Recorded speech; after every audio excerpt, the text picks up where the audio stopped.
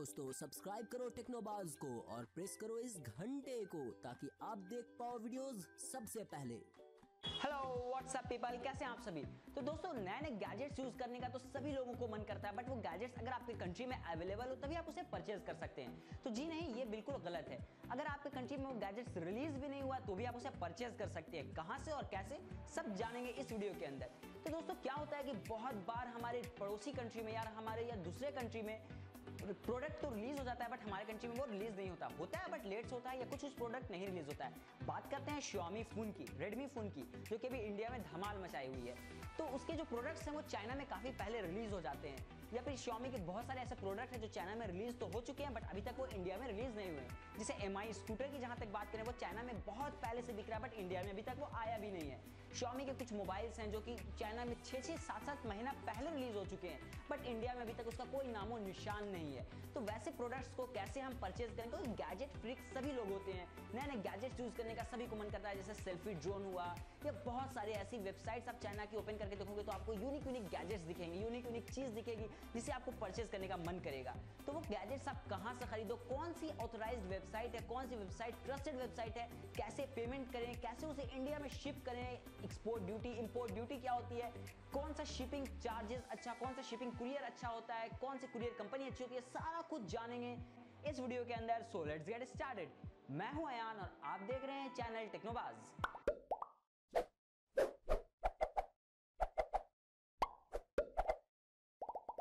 तो सबसे पहले हमारे जहन में आता है ट्रस्टवर्दी वेबसाइट्स के नेम। कहां से हम शॉपिंग करें, वो कौन सी ऐसी भरोसेमंद वेबसाइट्स है जहां से हम शॉपिंग कर सकते हैं। तो भरोसेमंद वेबसाइट्स का जहां तक नाम आता है तो सबसे पहले नाम आता है Banggood.com का, उसके बाद है DX.com, Alibaba.com, AliExpress.com, TinyDeals.com, Gearbest.com। ये जो वेबसाइट्स हैं इनकी मैं लिंक भी डिस्क्रिप्शन में दे दूंगा, आप वहां से चेकआउट कर सकते हैं। ये कुछ चाइना की पॉपुलर वेबसाइट्स हैं जहां से आप शॉपिंग कर सकते हैं। जहां तक मैं अपने पर्सनल एक्सपीरियंस की बात करूं तो मैं DX.com एंड Banggood.com को यूज करता हूं।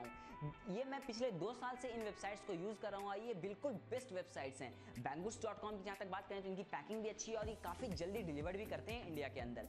जहां तक Alibaba.com या AliExpress.com की बात करें तो यहाँ पर थोड़ा शॉपिंग करना ट्रिकी होता है। अगर आपको Alibaba.com और AliExpress.com से कुछ प्रोडक्ट को मंगाना है तो जो भी आप प्रोडक्ट को शॉप करने वाले हो, जो उस प्रोडक्ट को बेच रहा है, जो उसका सेलर है, उसकी रेटिंग आप ध्यान से देखें। ये जो सारा पंगा है वो Amazon के तरह ही है। Alibaba.com और AliExpress.com बिल्कुल Amazon के तरह है। जैसे आप सेलर की रेटिंग देख लें, जितना अच्छी सेलर की रेटिंग होगी उतना अच्छा वो सेलर होगा और उतना आपको भरोसेमंद मतलब सही प्रोडक्ट आपको मिल पाएगा।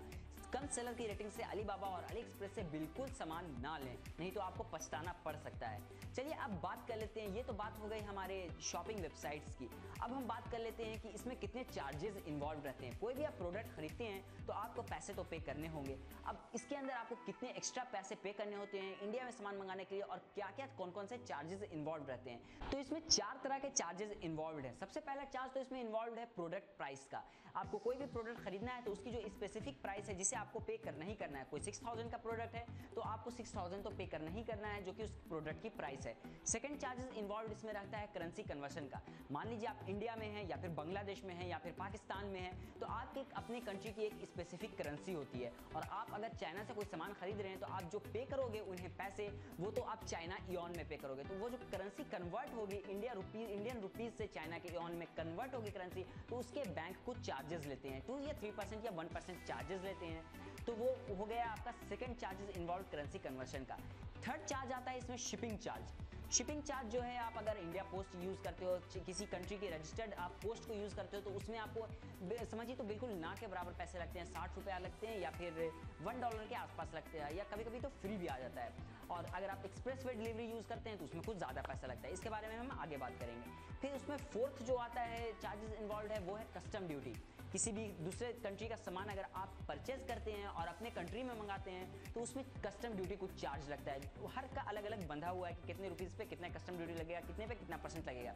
इसके बारे में भी मैं आपको आगे बताऊंगा। तो ये थे कुछ चार्जेस इन्वॉल्व जो कि आपको प्रोडक्ट खरीदने के वक्त ध्यान में रखना होगा। करेंसी कन्वर्शन और प्रोडक्ट का प्राइस और फिर आपको शिपिंग चार्ज, ये तो उसी वक्त लग जाएगा, मगर कस्टम ड्यूटी है जो कि बाद में लगता है, जो कि आपका प्रोडक्ट जब आपके घर पहुंचेगा तब लगेगा।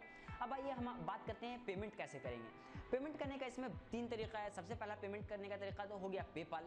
आप पेपाल से पेमेंट कर सकते हैं, जो कि बहुत ही सिक्योर तरीका है पेपाल से पेमेंट करना। मैं तो हमेशा सबको यही रिफर करता हूं कि वो पेपाल से पेमेंट करें, क्योंकि पेपाल जो है कार्ड का जो डिटेल रहता है वो सेव्ड रहता है। आपको अपना कार्ड का डिटेल हर वेबसाइट्स पे देने की जरूरत नहीं होती है, और एक बायर्स प्रोटेक्शन भी है पेपाल के अंदर। अगर आपका प्रोडक्ट आप तक नहीं पहुंचा तो पेपाल आपका पैसा को संभाल के रखता है। जब आपका प्रोडक्ट पहुंच जाता है तभी पेपाल अपना पैसा रिलीज करता है उस वेबसाइट्स को। सेकंड ऑप्शन है credit and debit card. Credit और डेबिट कार्ड से भी आप पेमेंट कर सकते हैं। और थर्ड ऑप्शन है इंटरनेट बैंकिंग। नेट बैंकिंग के द्वारा भी आप पेमेंट कर सकते हैं, और आप जब पेमेंट करेंगे तो करेंसी कन्वर्शन चार्ज भी लग जाएगा। तो वो जो है आपका बैंक के ऊपर डिपेंड करता है कि वो कितने % काटते हैं। तो अब बात आती है शिपिंग की। आपने प्रोडक्ट को परचेज भी कर लिया, पैसे भी पे कर दिए, अब आपको शिपिंग चूज करना है। तो आप कौन सा शिपिंग प्रोसेस चूज करोगे? तो अगर आपको कोई छोटा मोटा सामान मंगा रहे हो जिसकी कीमत ज़्यादा नहीं है, तो आप उस कंट्री की रजिस्टर्ड पोस्ट को यूज़ करो। जैसे सिंगापुर पोस्ट हुई, या फिर ताइवान पोस्ट हुआ, या फिर आपको चाइना पोस्ट हुआ, ये सब पोस्ट को आप यूज़ करो। अगर आप कोई महंगा सामान मंगा रहे हो जिसे आपको ज़रूरत है, या फिर आप चाहते हो कि वो सामान सही सलामत पहुँचे, तो आप एक एक्सप्रेस डिलीवरी यूज़ करो, जो कि आपको लगभग 5 से 7 दिन में आपके घर तक वो प्रोडक्ट पहुँचा देंगे।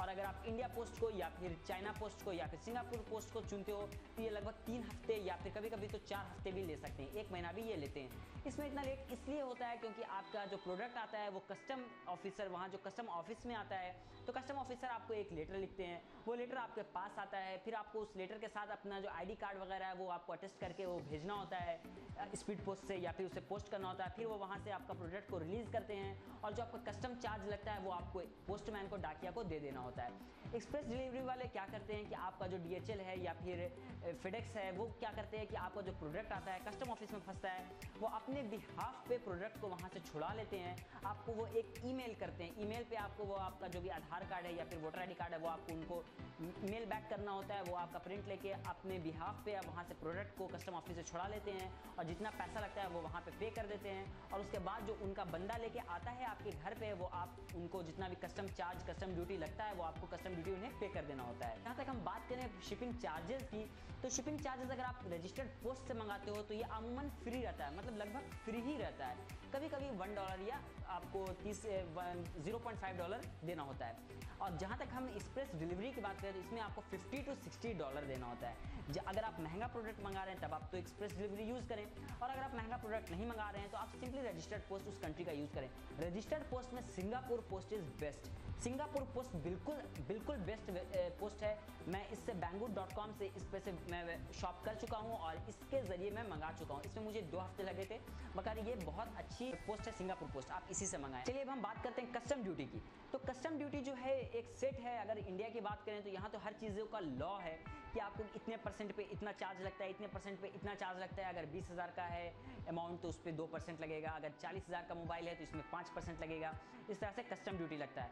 बट अगर आपको जहाँ तक कस्टम ऑफिसर्स का बात करें तो उनकी जो है मन मर्जी चलती है, वो कुछ भी लगा के भेज सकते हैं। मैं अभी 6,000 का कोई एक मोबाइल मंगाया था मैंने चाइना से, तो उस पर उन्होंने कितना 300 रुपये उन्होंने चार्ज लगाया था, और अभी 20,000 का एक मोबाइल आया है तो उस पर कोई चार्ज नहीं है। तो इस तरह से मतलब होता रहता है कुछ, इसमें आप कह नहीं सकते हैं कि कितना चार्ज आपको लगेगा।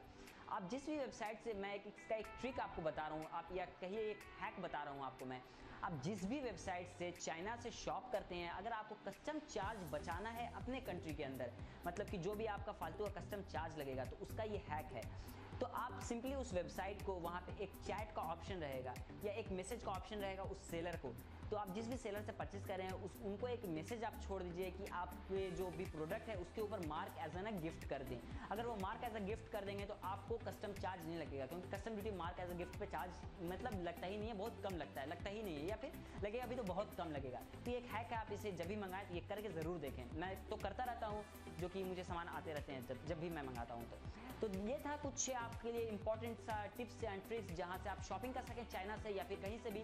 UK US का कुछ अलग प्रोसेस है, मैं वो आपको अगले वीडियो में बताऊंगा कि आप कैसे अमेजोन से खरीद सकते हैं UK US से, तो मैं आपको अगले वीडियो में बताऊंगा, क्योंकि ये वीडियो बहुत ही लंबा हो गया।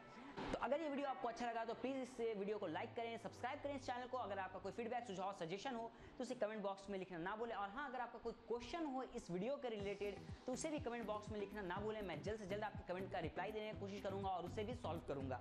तो देखने के लिए शुक्रिया। और हाँ, इस बार मैं 700 लाइक का तो आपसे उम्मीद कर ही सकता हूँ, तो please Thums up for this video. Thank you very much.